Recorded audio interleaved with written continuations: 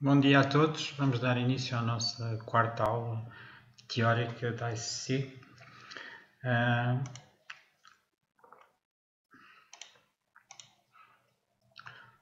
E hoje vamos dar os tipos, nomeadamente o tipo booleano. Booleano quer dizer que é verdadeiro ou falso, tem álgebra de Boole. Vamos dar operadores relacionais e lógicos, tem a ver com estes tipos. A avaliação de conjunções, que são is, e disjunções, que são os. Isto tudo porque depois vamos usar isso em instruções mais complexas, chamadas instruções if, em que nos dizem que fazem um teste e que nós depois, de acordo com o resultado dessa avaliação, podemos ir para um caminho ou para outro caminho. Ou seja, já não é aquele conjunto de instruções sequenciais que se tem que fazer todas umas a seguir às outras, depende da avaliação de um teste, ir para um lado ou ir para outro. Depois, mais tarde, vamos falar sobre matrizes, como é que se criam matrizes, que não são mais do que vetores dentro de vetores, e ver relações entre os vetores e as matrizes. E vamos tentar resolver alguns problemas muito simples. Começamos então pelo tal tipo booleano e os operadores relacionais. Portanto, um dos tipos primitivos é o booleano, ou que seja o valor lógico, que se chama bool. E os valores possíveis é true ou falso. Para já, o que é que são tipos? Tipos, o inteiro é um tipo, o float é outro tipo, enfim, tipos são os tipos de variáveis que nós podemos ter. Também há string. Neste caso é apenas algo que pode ter valores verdadeiro ou falso, neste caso true ou false. As constantes lógicas são representadas por true ou false, aqui na sintaxe, portanto ele percebe true ou false. Este tipo parece associado a operadores. Operadores são algo que faz contas, não é? Entram argumentos e sai um resultado. E os operadores, o que sai, o resultado dos operadores relacionais são true ou false, ou é verdadeiro ou é falso. Okay? E estão aqui os exemplos dos operadores relacionais que o Python reconhece. Temos aqui o igual, significa igual. Atenção, há que distinguir com o igual só uma vez, em que só aparece um igual. Quando é igual só uma vez, é uma atribuição. Quando é igual, é uma comparação entre duas coisas. Portanto, isso faz toda a diferença. Okay? Quando nós estamos a escrever uma comparação, queremos perguntar se as coisas são iguais. Quando nós estamos a fazer uma atribuição, queremos tornar as coisas iguais. É diferente. Okay? E isso eu já vou exemplificar aqui. Mas antes vamos falar nos outros. A exclamação igual é o diferente. Okay? Portanto, é ver se uma coisa é diferente da outra. O maior, pronto, é o símbolo do maior normal. O maior ou igual, parece, é maior e depois a seguir igual. Bem, estes são todos mais ou menos intuitivos. Já agora, vamos aqui ao Python, se for possível. Cá está, no Spider. Vamos só ver, isto veio da aula anterior, vamos só ver aqui o igual e o igual. Vamos ver. Vamos dizer A igual a 1. B igual a 2. Se eu fizer A igual a B. Viram o resultado? O resultado aqui é... Não viram nada porque eu não estou a mostrar, mas já vão ver. No Python. Portanto, aqui, se escrever A igual a 1, se escrever B igual a 2 e depois fizer A igual a B, depois não reparem aqui está igual, o que eu estou a pedir é para ele avaliar esta expressão A igual a B e dar o resultado. E ele ao avaliar, ele diz que o A não é igual ao B. Okay? Reparem que aqui está igual. Portanto, o 1 não é igual ao 2. Pronto. E agora vamos fazer só com um dos iguais. A igual a B. O que é que isto está a fazer? Isto é uma instrução que vocês já sabiam antes, que é a atribuição. É dizer o A passa a ser igual ao valor que está em B. Portanto, do lado esquerdo está uma variável, do lado direito está uma expressão que pode ser avaliada, neste caso é só uma variável, mas que é 2. Então, agora o que é que acontece? Agora o A tem o valor 2 e o B tem o valor 2. Portanto, este igual é uma atribuição e, portanto, alterou o valor da variável A. Este aqui, igual, igual, é apenas uma comparação, apenas está a perguntar se as coisas já são iguais ou não são. Portanto, se neste caso, como não eram iguais, o resultado era falso. E agora o que acontece se eu voltar a fazer A igual a B? Agora dá true, ok? Dá true porque eu acabei de modificar a variável A, tem o valor 2, o B já tinha o valor 2, então agora são iguais. Pronto. É só para ilustrar a diferença entre o igual e o igual. Isto é algo que vai, ao longo do código, muitas vezes vão haver erros por causa disto, porque não é assim tão simples de nos lembrarmos destas diferenças. Bom, então vamos continuar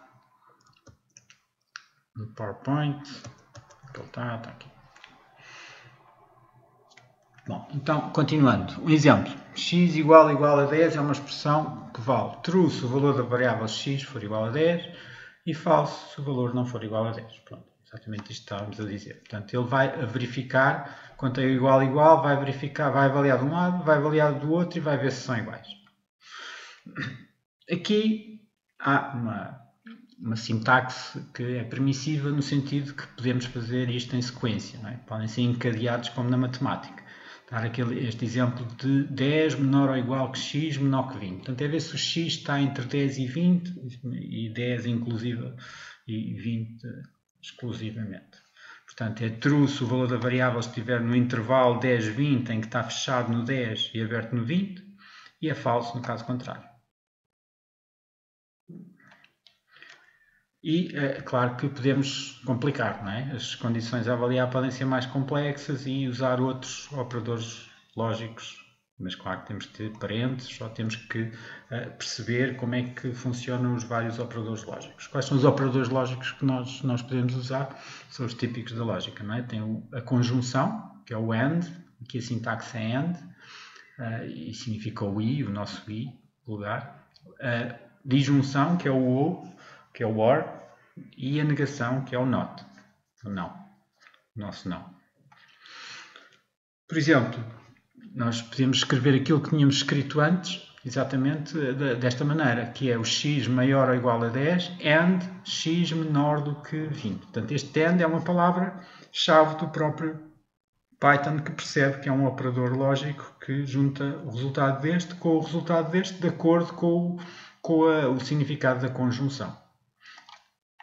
Na prática, o que faz esta instrução, que tem o AND, é exatamente a mesma coisa, é dizer que é verdadeiro se o x estiver no intervalo 10-20, em que é fechado em 10 e é aberto em 20, e falso no caso contrário. Se for um OR, podemos escrever de outra maneira. Neste caso, dizemos que a expressão lógica x menor do que 10 ou x maior ou igual a 20 é verdade se estiver fora, aqui é fora do intervalo. Portanto, é verdade se for menor do que 10 ou se for maior do que 20. E agora é true no caso contrário. Bom, então vamos ver com mais cuidado a avaliação do operador AND. O que é que quer dizer exatamente o AND? O que é que o AND, quando temos uma expressão, e aqui é uma expressão qualquer, pode ser x ou pode ser uma expressão muito complicada de avaliar, o que interessa é que a expressão pode ser avaliada e isto vai dar um resultado qualquer. E aqui vai dar outro resultado qualquer. E estes resultados são ou true ou false. Portanto, são operadores lógicos, portanto, que entram argumentos lógicos. E os argumentos lógicos são true ou false. Mas o Python tem uma maneira mais eficiente de implementar isto. Mais eficiente no sentido que, se puder tirar uma conclusão antecipada, não precisa de avaliar as duas expressões. Então, como é que ele faz? Ele primeiro avalia sempre a expressão 1, a que está mais à esquerda. Portanto, não é indiferente a nível de eficiência. A nível de lógica já é outra coisa. Mas a nível de eficiência, não é indiferente escrever és por 1 and és por 2, ou ao contrário, és por 2 and és por 1. Portanto, apesar de, logicamente, o resultado ser exatamente igual. Como é que ele faz? Primeiro, vai avaliar a expressão da esquerda. Neste caso, és por 1. É avaliado. Depois, se o valor de ESP1 for true, se for verdadeiro, ele ainda não pode saber nada acerca do AND, porque o AND, vamos relembrar o que é o AND. O AND é true quando ambas são verdadeiras. Basta que haja uma falsa para que já se tenha decidido que é falso. Okay? Pronto. Isto é o significado da conjunção em geral. Mas, portanto, ele avalia primeiro a expressão 1 e, se for true, avalia a expressão 2, porque ainda não sabe qual é o resultado da conjunção. True e true vai dar true, mas true e false vai dar false. Okay? Isto é o normal. Avalia uma expressão e depois avalia a outra. Mas o que é que acontece se o valor da expressão 1 for falso? Na realidade, se o valor da expressão 1 for falso, ele já não precisa de avaliar a expressão 2 para chegar à conclusão do que é o AND. Porquê? Porque já de certeza que o AND vai ser falso. Porque basta que um deles seja falso para ele poder concluir que a expressão toda é falsa. A conjunção é falsa. Então, nesse caso, o que acontece é que em ambos os casos, se avaliasse o outro, em ambos os casos o resultado era falso. Por isso, na prática, ele apenas avaliou a primeira. Se deu falso, acabou, já não faz mais nada. Portanto, é importante perceber este esquema, porque não é necessário avaliar o segundo no caso deste ser falso.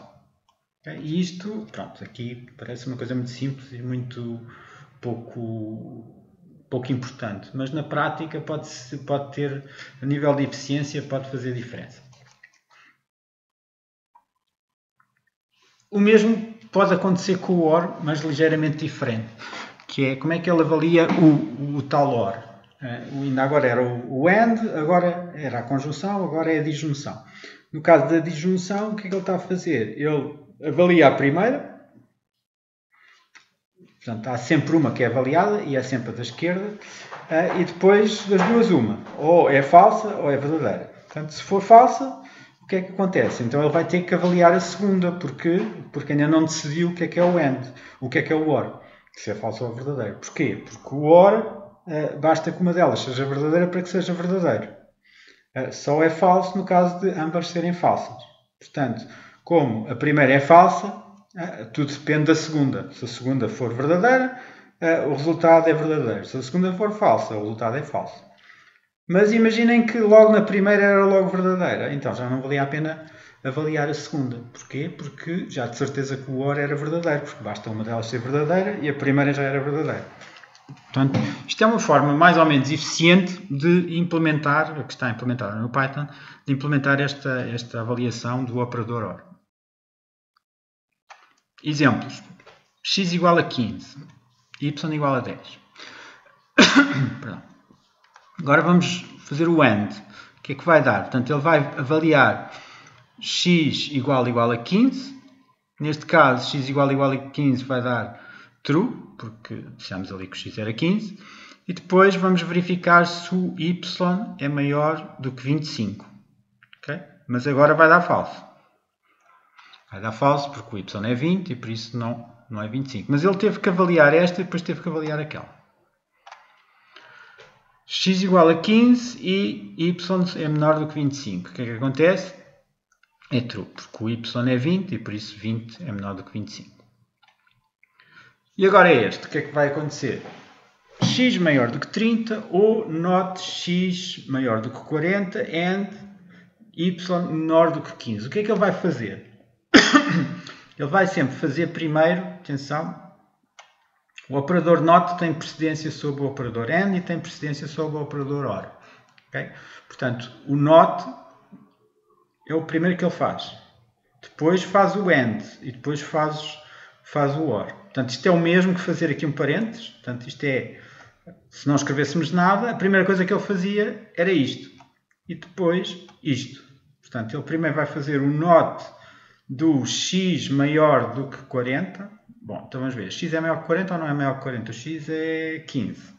Portanto, x não é maior do que 40.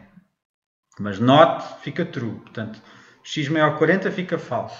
Not faz com que o false se torne true e o true se torne falso. Portanto, aqui fica true. Portanto, true tem que avaliar este lado direito. Se tem que avaliar este lado direito, y menor do que 15 é falso. Portanto, isto é falso.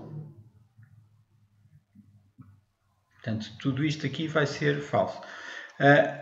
E o x maior do que 30? X maior do que 30, aqui já seria falso. Portanto, falso ou falso, vai dar falso. Okay? Portanto, na prática é assim, devido às precedências, era o mesmo que se tivesse escrito isto assim. E por isso, o que é que ele vai fazer? Ele vai avaliar este, depois como este é falso, depois vai avaliar aquele e assim sucessivamente. Se nós quiséssemos de uma maneira diferente, então poderíamos fazer aqui um parênteses de maneira diferente. E este not agora queria dizer not disto tudo. Portanto, ele ia avaliar o x igual a 30, é falso, vem aqui este, avaliar este, vem avaliar o x maior do que 40, que é 15, não é? É falso, portanto, x menor que 15 também é falso, mas o not fica verdadeiro. E por isso, or, um verdadeiro fica verdadeiro. Okay? Portanto, é importante aqui percebermos quais é que são as precedências dos operadores, porque quando não tem parentes nós temos que ter acordo, avaliar de acordo com as precedências. É como se lá tivessem os parentes. E é importante também percebermos que os shortcuts, ou seja, as maneiras do Python avaliar quando temos ANDs e ORs, que ele pura e simplesmente, se já conseguiu chegar a uma conclusão acerca de um AND ou acerca de um OR, não vai ter que avaliar inutilmente o outro lado do AND ou do OR. Bom, vamos então continuar com um tipo de instrução que se chama a instrução IF. Portanto, a ideia é executar blocos de instruções distintos conforme o resultado da avaliação de uma condição.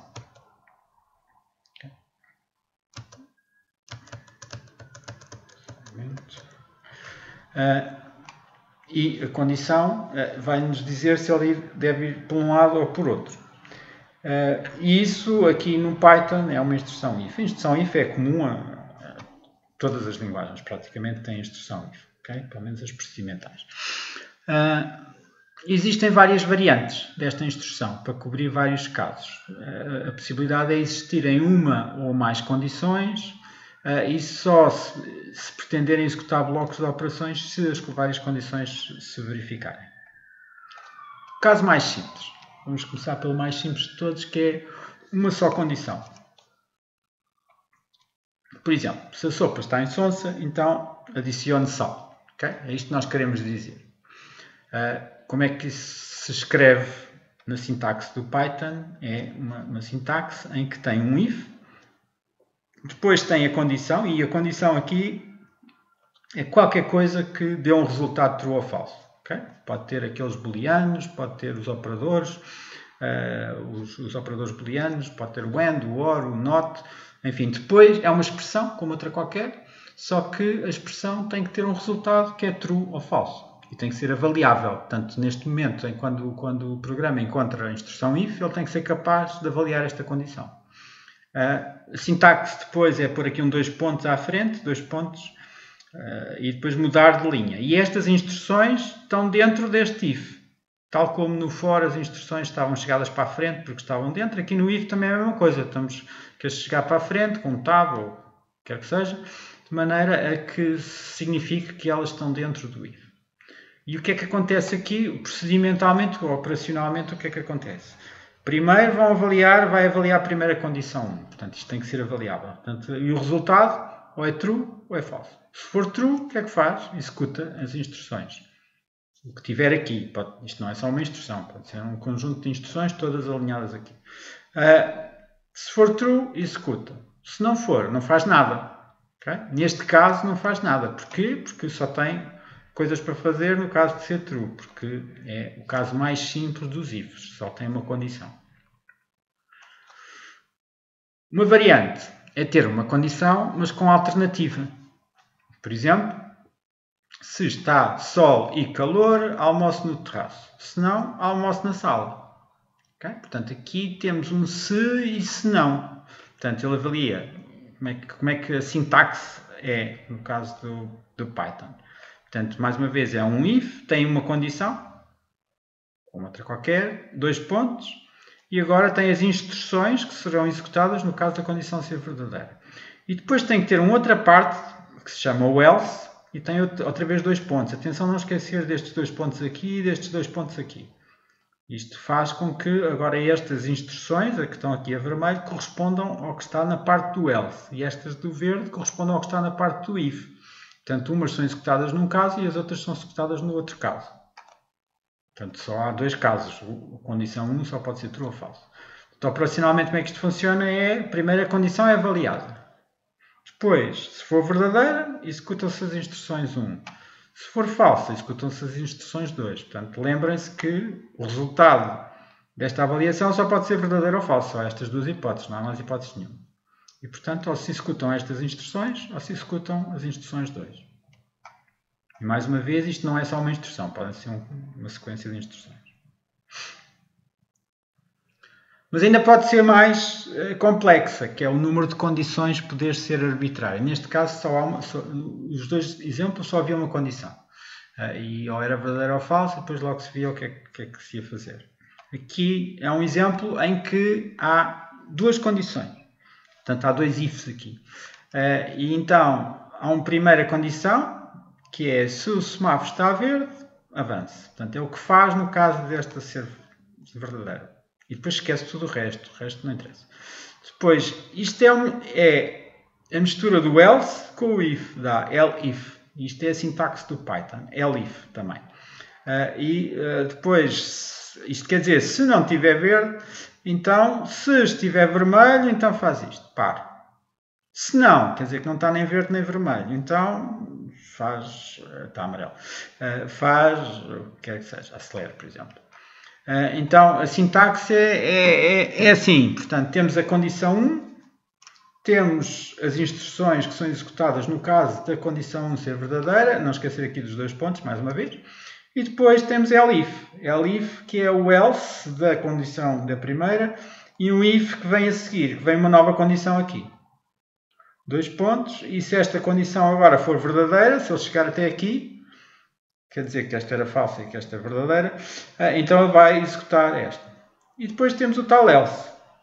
Temos o tal else, 2 pontos, e este else já não tem nenhuma condição. Atenção, o último dos elses, escreve-se mesmo else, não é elif, e não tem nenhuma condição e vem estas instruções. Portanto, neste caso existem 2 condições, mas poderiam ser considerados. O que está aqui é elif, podia haver uma terceira condição, mais elif terceira condição, mais elif quarta condição, etc. Aqui podiam ser imensas condições e ela ia avaliando pela ordem e à medida que, quando encontrasse uma que fosse verdadeira, era isso que executava. Não executava mais nada. Okay? E só executava a última no caso de todas as condições serem falsas. Portanto, operacionalmente, o que é que faz? A condição 1 é avaliada. Se for true, executam-se as instruções 1. Se for falsa, avalia-se a condição 2. Portanto, se for true a primeira, nem sequer é avaliada nenhuma das outras condições. Okay? Neste caso, se for falso, então avalia-se a condição 2. Se for true a condição 2, executam-se as instruções 2. Se for falso, vai à parte do else que executa as instruções 3. Claro que a indentação é obrigatória e se não houver indentação é aquela coisa de chegar para a frente. Senão, o que significa pode ser diferente. O significado pode ser diferente, apesar do código ser quase exatamente igual, exceto a indentação. Portanto, o que está aqui a chamar a atenção é que as linhas onde se escrevem os blocos de instruções devem estar indentadas, chegadas à frente. Normalmente é um tab, mas pode ser espaços, se quiserem, em relação às linhas onde se expressa a avaliação das condições. E não esquecer também dos 2 pontos, senão também não dá. Esta indentação também é obrigatória nas funções, nas definições e nas instruções que estão dentro umas das outras, é sempre assim. E além disso, aumenta, claro, a legibilidade do código. E no caso de haver instruções dentro de instruções, isto é essencial, senão perdemos completamente. Vamos ver que programas semelhantes tiverem indentações diferentes, dão resultados diferentes. Okay? Vamos ver aqui um exemplo. Vamos ver este programa que está aqui.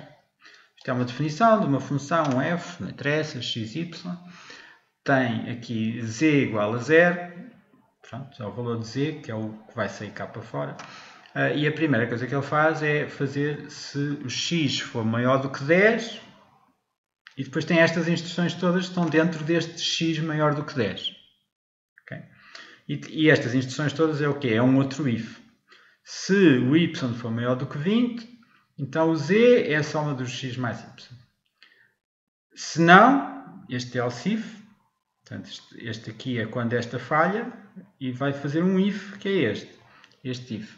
E se o y for maior do que 10, então o z é igual a x menos y. E temos aqui um else. Este else é de onde? Este else está alinhado com este if, atenção. Portanto, este else é o else deste if. Portanto, só vem para aqui no caso do x ser menor ou igual a 10. Portanto, porque se fosse maior que 10, ia para estas. Portanto, vem para aqui no caso contrário. Então, o z seria igual a x vezes y. Okay? Vamos ver uma outra função, que agora chamamos g.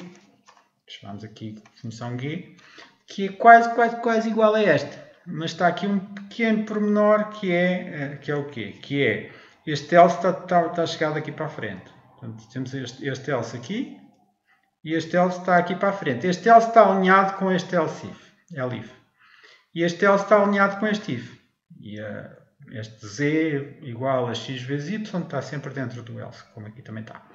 Portanto, qual é a diferença disto? A diferença é que enquanto este else era o else deste if, este else é o else deste if. Deste elif, na realidade. Portanto, este é executado quando este y é menor ou igual a 10. Mas depois já está aqui dentro. Bom, e qual é o efeito disto? Os resultados vão ficar um bocadinho diferentes. Por exemplo, vamos chamar aqui se o f for chamado, o f é este, se for chamado com 25. Portanto, o x é 20. O y é 5. Então, o que é que vai entrar aqui? Portanto, o z é 0. Aqui. Depois, o x é 20. Portanto, 20 é maior do que 10. Sim, 20 é maior do que 10. Portanto, é true. Portanto, isto é para esquecer. Vem para aqui para dentro. Portanto, vem para aqui para dentro e vai avaliar o y. Vamos ver se o y, que é 5, não é? 5 maior do que 20, não é. 5 não é maior que 20. Então, vem aqui. E agora vamos ver 5 maior do que 10, não é. Portanto, não vai fazer isto. Portanto, não vai fazer nada. Okay? Não vai fazer este else. Porquê? Porque este else não tem a ver com este if. Portanto, aqui não faz nada. Então, o que é que resulta? O resultado é 0. Porquê? Porque o z inicialmente era 0, não se fez mais nada, não se conseguiu entrar em nenhum que alterasse o z, então o z manteve-se 0. Bom, agora vamos ver deste lado. Deste lado vamos chamar o g exatamente com x a 20 e y a 5. Então o que é que vai acontecer aqui? Portanto, ele vai entrar por aqui e combinar agora. Porquê? Porque o x é 20 e 20 é maior que 10, então é true. E agora o y é 5, portanto aqui é falso. Portanto, vem aqui. O y é 5, 5 maior que 10 também é falso. Mas aqui vem ao else, porque aqui já há um else deste tipo. Então o que vai fazer é o que vier aqui. E o que vem aqui é z é igual a x vezes y, que é 20 vezes 5. O resultado é 100. Okay? Portanto, vejam que apenas uma tabulação aqui faz com que o resultado seja completamente diferente. Aqui é 0 e ali é 100. Exatamente para os mesmos argumentos de input. Bom, então isto era o que tínhamos a ver sobre a instrução if. Vamos falar sobre matrizes. Okay? Bom, qual é a ideia das matrizes? Matrizes é para representar tabelas, basicamente. Tabelas a duas dimensões. Okay? Apesar de poderem ter várias dimensões, normalmente as matrizes são tabelas com duas dimensões. Uma tabela, se tiver uma dimensão só, é um vetor. É o normal. Se tiver duas dimensões, são matrizes. Okay? E claro que as tabelas em geral podem ter muitas dimensões, mas vamos só falar neste caso de duas. O que é uma matriz? Uma matriz é uma estrutura de dados que guarda um número pré-definido de dados do mesmo tipo, tal como um vetor. E estão agrupados numa tabela que tem não sei quantas linhas, L linhas e C colunas. O vetor apenas tinha um número de elementos. Uma matriz pode ser implementada através de uma lista de listas. E tabelas de 3 dimensões podem ser implementadas como listas de listas de listas. E se fossem 4, é listas de listas de listas de listas. E assim sucessivamente. Como é que se podem criar? Podem-se criar através da enumeração de todos os elementos numa lista de listas. Okay? E isso é como se fazem listas, portanto são com aqueles parênteses retos, mas já vamos ver.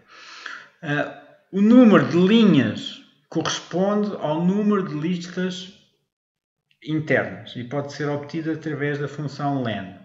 Okay? A len, já vimos, a len de uma lista diz quantos elementos é que tem essa lista. Portanto, a len de um vetor diz quantos elementos é que tem esse vetor. Portanto, aqui é a mesma coisa. Se temos uma lista com várias listas, portanto, o que diz é quantas listas é que lá estão dentro. E cada lista há de ser uma linha, corresponde a uma linha da matriz. O número de colunas pode ser obtido aplicando a função len a uma das linhas. Portanto, basta ir a uma das linhas e ver quantas colunas é que tem. Vamos ver um exemplo. Aqui está o M. O M representa uma matriz em que 1, 2, 3, 4 está na primeira linha. Portanto, isto é uma lista. Vejam que é uma lista. As listas estão com parênteses retos a abrir e parênteses retos a fechar. E aqui tem elementos. Aqui, se fosse A, B, C, isto era uma lista era um vetor com A, B, C. Okay? Neste caso, em vez de ser A, B, C, é uma outra lista. 1, 2, 3, 4, depois esta tem 3, 4, 5, 6 e esta tem 5, 6, 7, 8. Okay? Isto representa isto. Na realidade, representa uma matriz deste estilo, em que a primeira linha está toda aqui, 1, 2, 3, 4.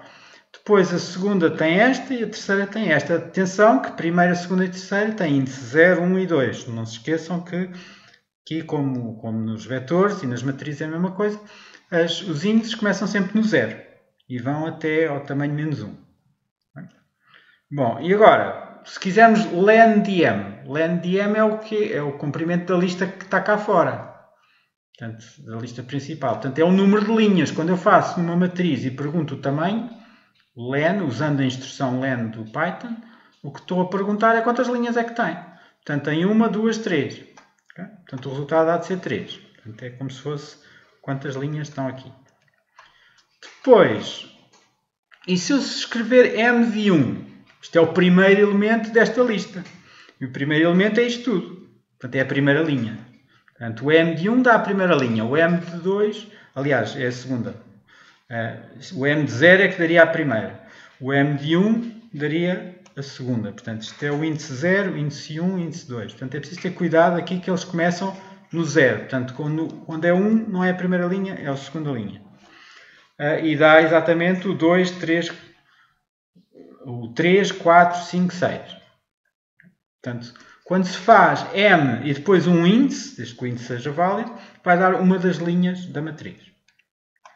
E se quisermos saber quantas colunas tem, basta ir saber o tamanho de uma das linhas. Posso escolher a 1 ou posso escolher a 0. Neste caso, estamos a ir à 0, que é esta. Qual é o tamanho dela? É 4. Portanto, diz quantas colunas é que nós temos. Claro que para a matriz estar bem construída é necessário que todas as linhas tenham o mesmo tamanho, porque senão ele próprio se iria queixar. Okay? Portanto, se as listas internas não tiverem todas as dimensões, a estrutura não implementa uma matriz, como deve ser.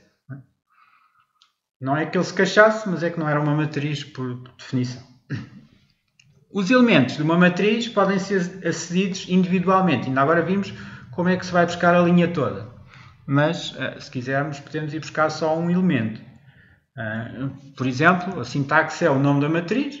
Depois, entre parênteses retos, tem a expressão, que diz qual é que é a linha que queremos, ou podemos até obter várias. E depois, a seguir, é dentro da linha qual é que é os elementos que queremos. Portanto, vamos assumir aqui que temos uma matriz com L linhas e C colunas. Então, o valor da expressão tem que ser algo que aceda a uma das linhas, não é? Portanto, a um dos elementos. E nós já sabemos que quando temos um vetor, só podemos aceder entre L-1 e menos L. Portanto, os índices variam entre 0 e L-1. L é o tamanho, neste caso, do vetor. ou no número de linhas da matriz, e então qualquer número desses, este 0 é a primeira linha, o 1 seria a segunda linha, etc. O L-1 seria a última linha. Como ele também permite que fazer referências com índices negativos, é começar do outro lado, é começar do fim para o princípio. Portanto, se for -1, será o último, -2 será a penúltima linha, etc. Okay? O valor da expressão 2 é a mesma coisa. A expressão 2 que vem aqui agora é dizer qual é que era a coluna. E neste caso, como temos C colunas, também varia entre -C e C-1. Por exemplo, temos aqui a nossa matriz, vindo agora, e agora se fizermos M1, vamos buscar, já tínhamos visto, vamos buscar isto. Se fizermos M2, 3, ora bem, M2, 3 vamos aqui a 2 e vamos aqui a 3 e vai dar o tal 8. Okay? Portanto, isto é apenas simplesmente ir buscar um elemento de uma matriz. Os elementos podem ser acedidos para ler, como estivemos a fazer, ou então para escrever também. Se quisermos escrever, não há problema. Portanto, aqui é a mesma coisa, M2, 3 é 8. E agora estamos a dizer que o M1, 2 é igual a 9. Portanto, M1, 2, estamos a dizer aqui que 1, 2, está cá com 5. Mas se eu só escrevesse M1, 2, ele escrevia-me 5 aqui no ecrã. Mas não, nós estamos a dizer que o M1, 2 é igual a 9. Portanto, isto é uma atribuição. Estamos a atribuir o valor 9 a esta posição. Então, o 5 passa a 9. Se quisermos M, está lá o 9, no sítio onde estava o 5. E agora, este é M-1, 4. -1, 4. O que é o -1, 4? M-1, 4 é 0. -1 é a última linha. Okay? Se tiverem dúvidas como é que isto se faz, é só somar o tamanho da matriz. Portanto, o tamanho da matriz é 3. 3 menos 1 dá 2. Portanto, será 2. E o menos 4. Menos 4 é o mesmo que ter. Qual é que é o tamanho da matriz? Aqui o tamanho é 4. 4 menos 4 é 0. Portanto, é este, é o 0. Portanto, estamos a vir aqui. Portanto, é este 2, 0 que vai ser alterado para o valor 0, ficou aqui a vermelho 0. E cá está ele.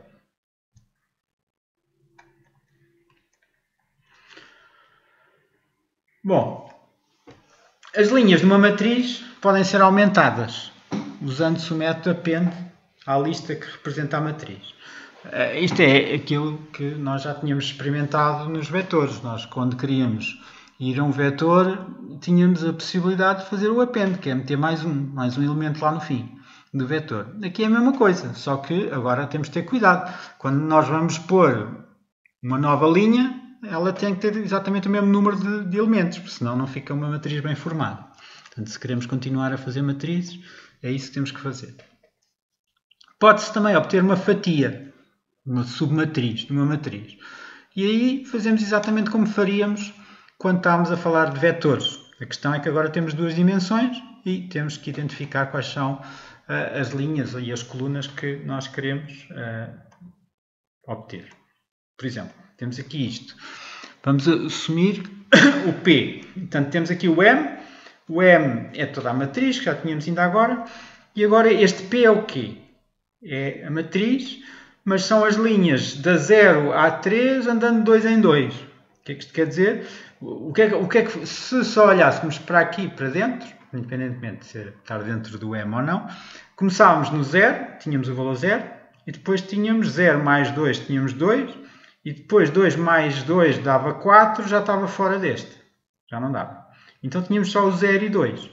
Então é o mesmo que dizer que queremos, do M, queremos as linhas 0 e a linha 2. A linha 0 é esta é a linha 1, esta é a linha 2. Portanto, só queremos esta e aquela. Então o P, se virmos o P, é só 1, 2, 3, 4 e o 5, 6, 7, 8. Bom, e agora? Agora o P era isto, certo? Agora vamos fazer um append ao P. Vamos pôr o 3, 4, 5, 6 a seguir a estes. Okay? Portanto, tivemos o cuidado de pôr uma linha com 4 elementos, como as outras. E o que é que vai acontecer? Esta linha vai passar aqui para o fim. Portanto, o append põe-se sempre no fim de uma determinada lista. Bom, operações sobre matrizes diretas não pode ser, não dá. Eles não, matrizes, quer dizer, não têm operadores como produto de matriz, o cálculo determinante, a inversão de matrizes, portanto, feitas desta maneira, não dá. Okay?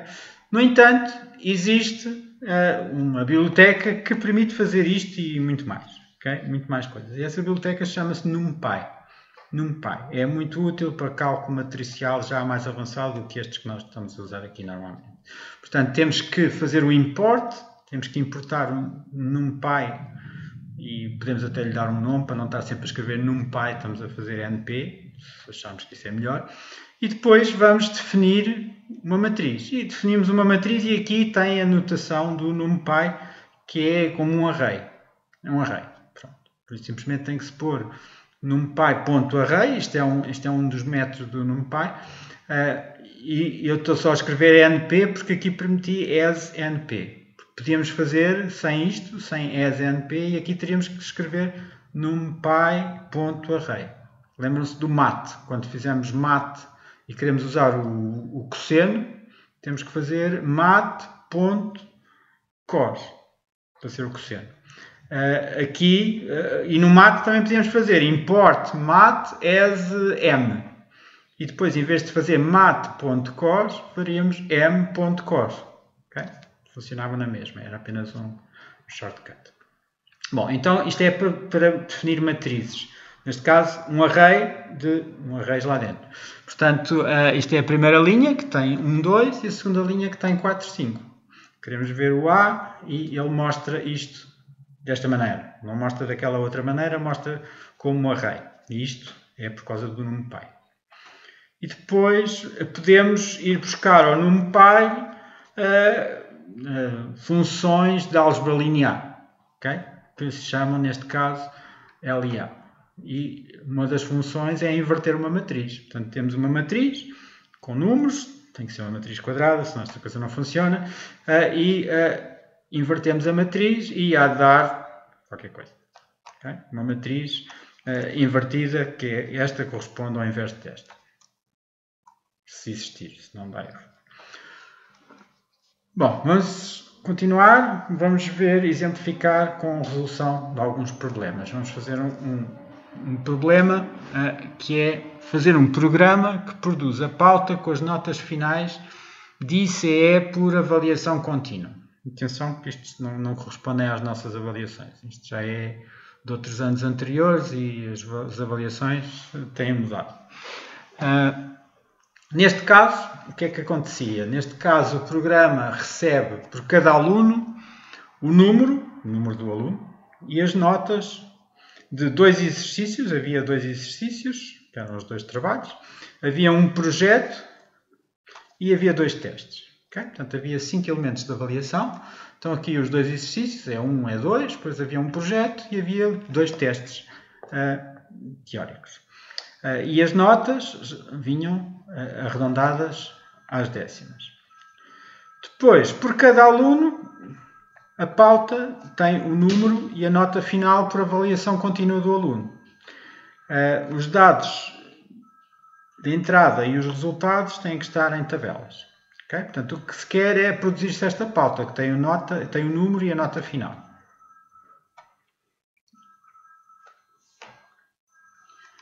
Bom, primeiro, temos que compreender totalmente o problema. Os dados de entrada e os resultados têm que estar em tabelas. É a primeira das coisas. Portanto, temos aqui as notas como os dados de entrada, número, temos aqui o exercício 1, o exercício 2, o tal projeto, o teste 1 e o teste 2. Isto são as notas que este aluno com este número obteve. Claro que temos uma tabela porque temos muitos alunos, não é necessariamente apenas 1 ou 2. Portanto, então temos uma tabela, cada linha corresponde a um aluno. E o resultado que nós queremos também é uma tabela que tem tantas linhas quanto estas que vieram para aqui, só que agora apenas tem o número do aluno e a nota final que o aluno vai obter. Bom, então, continuando a compreender totalmente o problema. Agora temos que ver quais é que são as regras. Isto eram regras antigas. Mais uma vez, isto não bate certo com as regras atuais. Nós temos, então, uma componente que se chama a componente laboratorial, em que vale 20% do exercício 1, mais 20% do exercício 2, mais 60% do tal projeto. Ou seja, existem 3 trabalhos práticos e na prática os dois primeiros valem só 20% cada um e o último, deve ser maior, vale 60%. Tudo isto tem que ser arredondado às décimas. Se não tiver frequência, ou seja, não tem frequência se o resultado desta conta que aqui estiver for inferior a 8.5. Se for inferior a 8.5, não tem frequência. E por isso o resultado final, a nota final, vai ser posta lá, vai ser menos 1. Se tiver frequência, então, neste caso, não é menor do que 8.5, é maior ou igual a 8.5.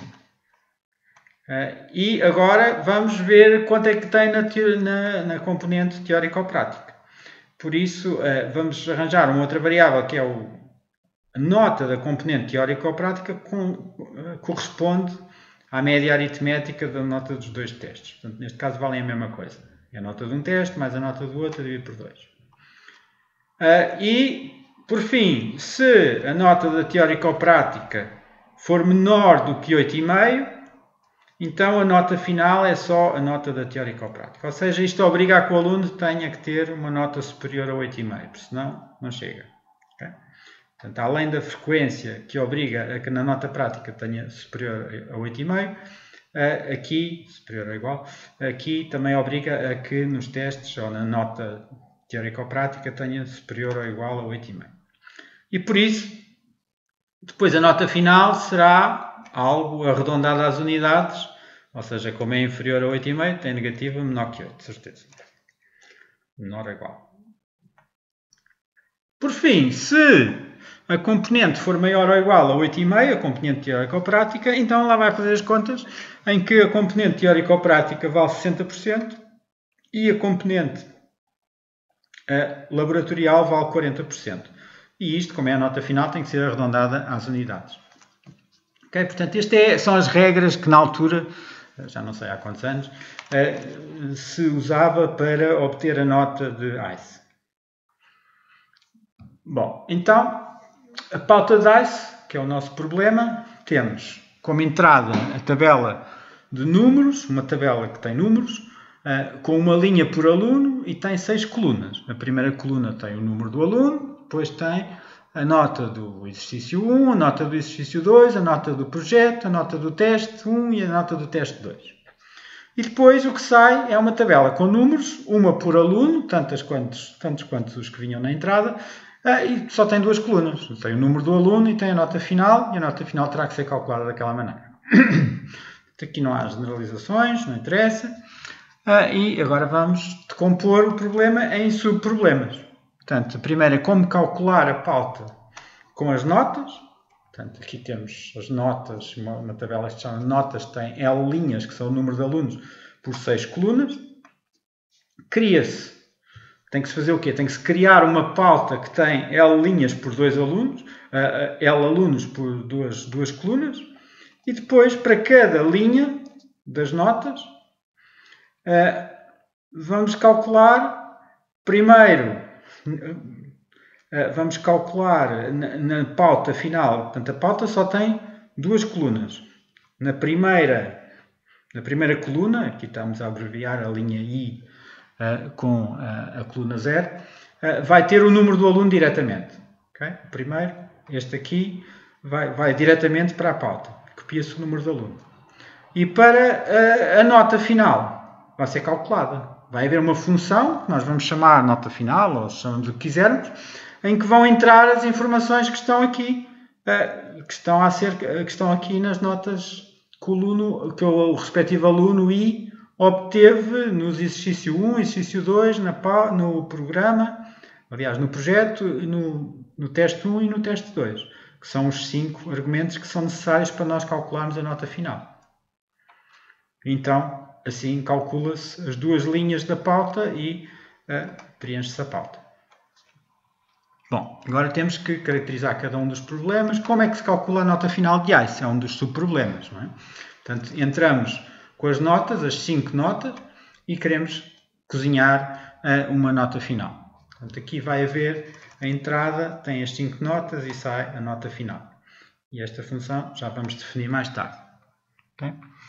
Conceber o algoritmo assumindo que os subproblemas estão resolvidos. Portanto, cria-se a tabela da pauta, para cada linha calcula-se estas coisas e fica-se com o resultado final.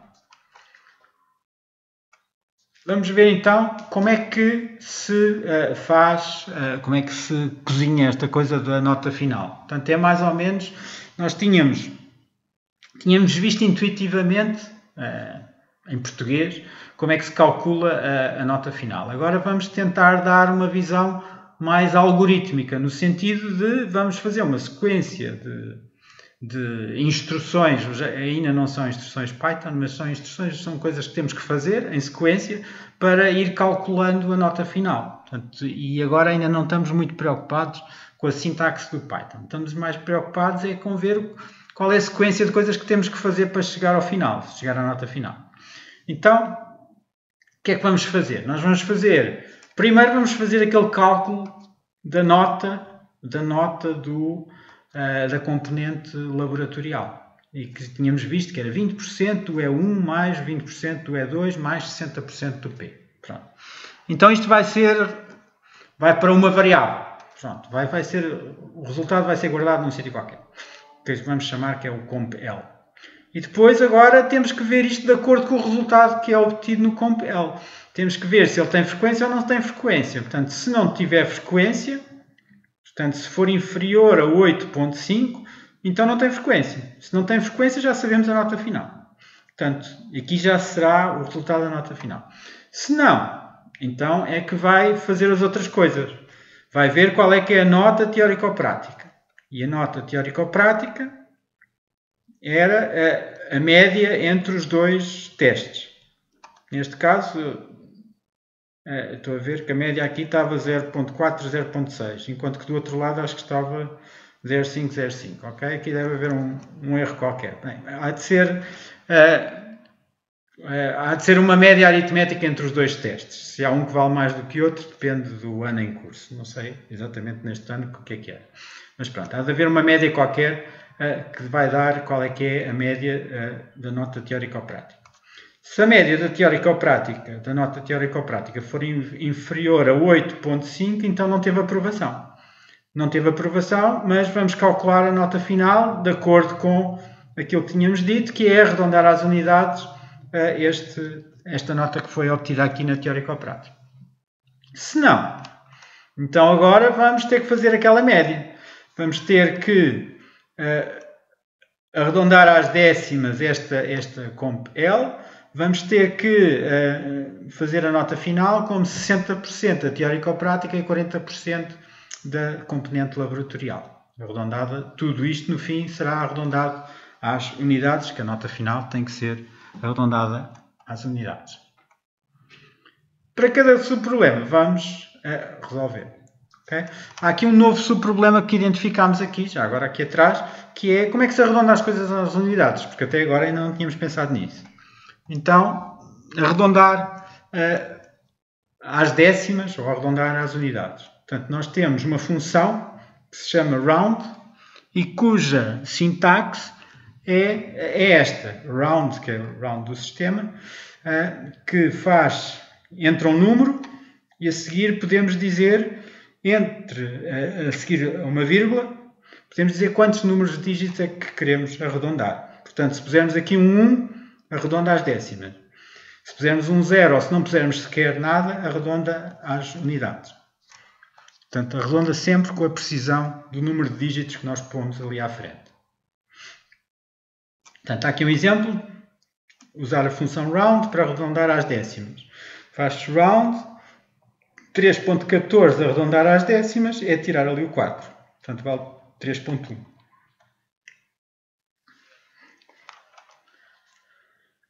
Portanto, essas são as subfunções. Agora vamos ter que implementar o algoritmo e testar o programa com um exemplo. Como é que se executam instruções distintas conforme o resultado da avaliação de uma condição? Nós já sabemos aqueles se, então, se não, vai ser usar a tal instrução if. Como é que se escrevem as condições? É usando as tais expressões booleanas. Nós já sabemos isto, foi o que temos no início desta aula. E como é que se manipula uma tabela? Portanto, temos as tabelas e temos que usar matrizes e listas de listas. Portanto, implementação da nota final. Portanto, aqui vai entrar um vetor, que é o vetor com as notas. E o que vai ter o vetor? Está aqui escrito, atenção que tudo isto está como comentário a seguir à assinatura. Portanto, quando for o help, vai dar exatamente todo este texto que aqui está. E este texto que aqui está diz que o que é que entra? Entra o vetor com as respectivas notas, do exercício 1, exercício 2, do projeto, do teste 1, do teste 2 e depois faz as contas. Okay? Vai saber fazer as contas de acordo com as instruções que tínhamos dado a seguir. Então como é que ele vai fazer as contas? Vai dar, primeiro, vai fazer a nota da componente laboratorial, que é 0.2 vezes o primeiro exercício, que é os tais 20%, depois mais 0.2 vezes o segundo. Atenção que se as notas estão no vetor, notas AC, então o primeiro elemento é o 0. Portanto, é o primeiro exercício. O segundo elemento é o 1, que é o segundo exercício. E depois o projeto, a nota do projeto, é o 2, que é o terceiro. Que é o terceiro elemento do vetor. Depois, isto vai dar a nota laboratorial. E a componente laboratorial é arredondar esta nota às décimas. Que aqui está só para escrever, aqui o print, é só para fazer um debug, para ir mostrando o que é que ele calculou. Depois vai verificar se tem frequência ou não tem frequência. Neste caso, se for menor do que 8,5, não tem frequência. Então, este F, ele põe F, que é a nota final, a menos 1. Portanto, o resultado, o return, vai ser ali o F. Aqui é a parte do else. O else é no caso de ter frequência. Se tiver frequência, então, o que é que vai acontecer? Vamos fazer a nota da componente teórica ou prática. Arredondar 0,4 vezes a nota do primeiro teste, mais 0,6 vezes a nota do segundo teste, e vamos arredondar para uma casa decimal. Já. E por isso, se a nota da componente teórica ou prática for inferior a 8,5, então, quer dizer que ele não teve aprovação, e o resultado será arredondar, neste caso às unidades, essa nota. Se a nota, no caso contrário, aqui é o else, já não há nenhum if, então nesse caso teve aprovação e agora teve aprovação não, agora pode-se calcular qual é que é a nota final e vamos fazer as contas e vale 60% a nota da teórica ou prática e vale 40% a nota da componente laboratorial. E finalmente escreve-se aqui o resultado final. E o resultado, depois, este return, é o resultado de qualquer um dos Fs que pode ser calculado aqui alguns. Portanto, vamos fazer um teste e vamos testar, como se lembram, quando fazemos funções, subfunções, convém ir testando, e testando com vários valores para ver se isto está a funcionar como deve ser. Independentemente do programa principal, não é necessário fazer todo o programa para começar a testar algumas coisas. Então, neste caso, vamos testar a função chamada nota final, com vários exemplos em que se vão pôr as 5 notas de um aluno fictício qualquer. Neste caso, este aluno teve 15.5 no primeiro exercício, 16.4 no segundo, 18 no projeto e os testes com 15.7 e 14.8. Então o que é que vai dar? estes compel, compt, são o que ele calculou ao longo do... Aqui, este é o compel, portanto estes prints são apenas prints para nos mostrarem os cálculos intermédios. Portanto, isto não faz parte do próprio cálculo. Portanto, ele teve na parte laboratorial 17, que corresponde a estas 3 notas, e na parte teórico-prática 15.2, e no fim o resultado final foi 16. Mas se entrarmos com outro, neste caso ele não teve aprovação e por isso só teve a parte da componente laboratorial. E o próximo nem sequer teve frequência. Portanto, o resultado foi menos 1, porque este aqui foi inferior aos tais 8,5. Bom, então, finalmente, o resultado do programa principal. O programa principal, como é que se faz? Vai produzir a própria pauta. Portanto, o resultado vai ser uma pauta. Está aqui a pauta, como return. Como é que se faz a pauta? A pauta, primeiro, começa-se a vazio, é a lista vazia, e depois vai a cada um dos alunos nas notas. Portanto, lembrem-se que as notas é uma matriz com os alunos todos. Portanto, uma matriz com os alunos todos significa que cada linha dessa matriz tem um aluno. E por isso, se fizermos um for de notas de aluno in notas de aluno, vai ser uma variável que tem só uma linha das notas. Pronto. E se tem uma linha, o que é que nós precisamos dessa linha? Primeiro precisamos de retirar o número do aluno, que é o que está a ser feito aqui na primeira instrução, que diz que as notas do aluno, que é essa linha, a posição 0 tem o número do aluno, e as outras posições todas vão para as notas do aluno, nota aluno. Como é que se faz isto? Vai-se buscar aqui notas do aluno da 1 até ao fim. 1, 2 pontos, quer dizer até ao fim. É aquela coisa de o 1 é o índice 1, que é o segundo elemento. O 0 era o primeiro onde tinha a nota do aluno. O 1 é onde tem o primeiro exercício. E até ao fim é onde tem o último de todos, que é o segundo teste. E o que é que estamos a fazer aqui? Estamos a calcular a nota final chamando a outra subfunção, a outra função que se chama nota final e que entra esse tal vetor. Portanto, aqui, lembrem-se que isto é um vetor com 5 elementos. Enquanto que este nota de alunos é um vetor com 6 elementos. O primeiro elemento é o número do aluno. Bom, depois, aqui obtém uma nota. Então a pauta, o que é que vai ser? A pauta vai acrescentar mais uma linha. Uma linha que é uma lista que tem o número do aluno e tem a respectiva nota. Portanto, como isto tem uma por cada uma dos alunos, no fim a pauta vai ter uma linha por cada um dos alunos. Por exemplo, vamos ver aqui, vamos criar primeiro uma matriz com as notas, até podemos estamos a usar os mesmos exemplos que vimos ainda agora separadamente, e então temos os vários alunos, a única diferença é que arranjamos aqui uns números fictícios para cada um destes alunos, e agora vamos calcular pauta DICE para estas notas. E o resultado, ele aqui, como estava lá escrito, aqueles prints, portanto aqueles debugs que lá estavam, ele sempre que vai calculando um, vai escrevendo estes resultados intermédios. E no fim, podemos pedir para ele mostrar a pauta, e cá está a pauta. Ele conseguiu perceber que o primeiro aluno teve 16, o segundo aluno teve 8, e o terceiro aluno nem sequer teve frequência, teve menos 1.